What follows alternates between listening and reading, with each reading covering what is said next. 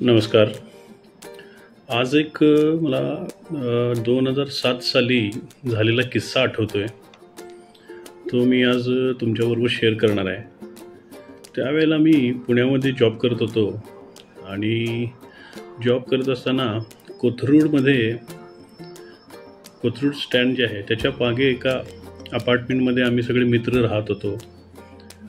तर बरेच वर्ष आम्ही एकत्र राहत असताना जवळपास 6-7 वर्ष एकाच ठिकाणी एकाच फ्लॅटवरती आम्ही राहिलो. आणि एक दिवस असा आला की आपण आता बाबा फ्लॅट तो चेंज करायचा, नवीन ठिकाणी राहायला जायचं.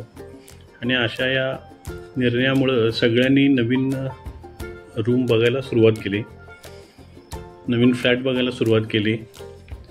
आणि तिथं शेजारी डहाणूकर कॉलनीमध्ये बघत असताना एक ठिकाणी आम्ही फ्लॅट बघायला गेलो. आणि चौकशी करत असताना एक अपार्टमेंटमध्ये आत गेल्यानंतर एक माणूस समोर आला अचानक आणि म्हणला की मी असा एजंट आहे आणि तुम्हाला जर गरज असेल तर मी दाखवतो. माझ्याकडे एक 1 BHK फ्लॅट आहे, एक 7,000 रुपये भाडं आहे आणि 25,000 रुपये डिपॉझिट आहे त्यावेळचं. आणि त्यानं आत नेलं, काही मुलं आतमध्ये राहायला होती आणि सगळं घर वगैरे दाखवलं. आणि त्याच्यानंतर सगळं फिरून झाल्यानंतर तो पटकन अपार्टमेंटच्या खाली आला आणि आम्ही पण 2-3 मित्र गेलेलो, ते खाली आलो आम्ही. आणि त्याच्यानंतर म्हणला हे द्यायचं आहे आणि तुमचं काय असेल ते निर्णय सांगावा. आणि त्यानं मोबाईल नंबर दिला आम्हाला आणि तो निघून गेला तिथून. 2 दिवसानंतर त्याचा फोन आला की तुमचं काय झालं दादा, तुम्ही काय रूम चेंज करणार होता आणि त्याचं काय झालं. तर आम्हाला तर काही पूर्वीची रूम बदलायचीच होती म्हणून आम्ही पटकन त्याला होय म्हणालो. आणि आम्हाला पसंत आहे आणि आम्ही तिकडे शिफ्ट करतो, काय असेल ते ठरवा, भाडं जरा कमी करा वगैरे. हे जे नेहमीचे सोपस्कार असतात ते पार पडल्यानंतर व्यवहार ठरला असं. आणि त्याच वेळेला मी गावी निघून आलो कोल्हापूरला. आणि माझ्या एका मित्राला सांगितलं की मी आल्याशिवाय त्याला काय हे देऊ नको, डिपॉझिट देऊ नको, समोरासमोर पहिला पूर्ण चौकशी करूया आणि मग देऊया. आणि तेवढ्यात त्या एजंटनं माझ्या मित्राला गाठलं आणि त्याच्याकडनं 10,000 रुपये घेतले.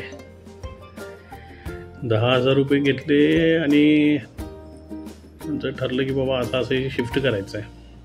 मग मी 1-2 दिवसानंतर पुण्याला पोचल्यानंतर परत त्या रूमवरती गेलो तर ती मुलं म्हणाली राहणारी की हे काही द्यायचं नाही आहे, आम्ही तरी 3 वर्षासाठी घेतलेलं आहे ऑलरेडी आणि आत्ताच आम्ही इथं राहायला आलो आहे, 2-3 महिने झाले.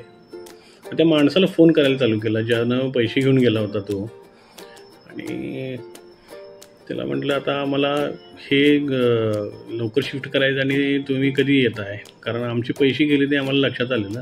तर तो माणूस त्यावेळेला हां मी आता नळ स्टॉपला आहे, मी आता कर्वेनगरमध्ये पोचलो आहे, मी आता इथं अमुक पोचलो आहे करत त्यानं ते टंगवलं. आणि इकडं तर आम्ही रूम सोडलेली मालकाला सांगितलेलं. मग पुणेरी पद्धतीप्रमाणे त्यानं सगळं पॅक करून बाबा आता निघा तुम्ही म्हणून आम्हाला सांगितलेलं. त्यामुळं आता मोठा प्रश्न निर्माण झालेला. आणि अशात आता काय करायचं. मग शेवटी त्यांना आम्ही जुन्याच घरमालकांना कन्व्हिन्स केलं की असा हा सगळा प्रकार घडलेला आहे आणि आम्हाला फसवलं आहे म्हणून. आणि त्याच्यानंतर मग आम्ही गेलो चतुश्रृंगी पोलीस स्टेशनला. आणि पोलीस स्टेशनला गेल्यानंतर तिथं घडलेला सगळा प्रकार सांगितला की बाबा हे असं सगळं झालं आहे म्हणून. तर आम्हाला त्या माणसानं पोलीस स्टेशनमधल्या एका व्यक्तीला फोन लावला आणि म्हणला अरे असं काहीतरी झालं आहे आणि ती पोरं इथं समोर आल्यात माझ्या म्हणून. तर त्या पोलिसांना आमच्याकडे 5,000 रुपये मागितले आणि म्हणला ते माणूस संध्याकाळी आणून पैसे देतोय, 5,000 आम्हाला द्यायला लागतील म्हणून. हे असला घाणेरडा प्रकार आणि प्रसंग आम्हाला त्यावेळेला खूप नवीन होता, आम्हाला काय कळतच नव्हतं. आणि हे सगळं अनुभव घेतल्यानंतर लक्षात आलं की या जगामध्ये काय चाललेलं आहे, कोण काय कसं वागतं आहे, कोणाच्या काय अपेक्षा असतात. सगळेच तुमच्या समोर येणारे काय तुम्हाला मदत करणारे असतात अशातला काय भाग नाही. भले ते कायद्याचे रक्षक जरी असले तरी त्यांना पैशाची गरज असतेच. पैशासाठी ते काय वाटेल ते करायला तयार असतात. तेच त्याने आमच्याबरोबर केलं. त्यांनी आमची अडचण कधी बघितली नाही आणि पैसे द्या म्हणाले.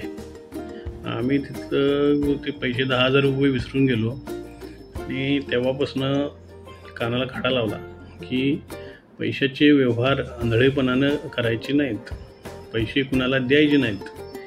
पैसे हे जगामधलं सगळ्यात मोठं विष आहे. पैशामुळं सगळं आहे आणि पैशामुळं सगळं बिघडतं पण. त्यामुळं हा व्हिडिओ तयार करण्याचा उद्देश असा होता की तुम्ही सर्वसामान्यपणे सगळीकडे वावरत असताना तुम्ही तुमचं भान हरपून वागून चालत नाही.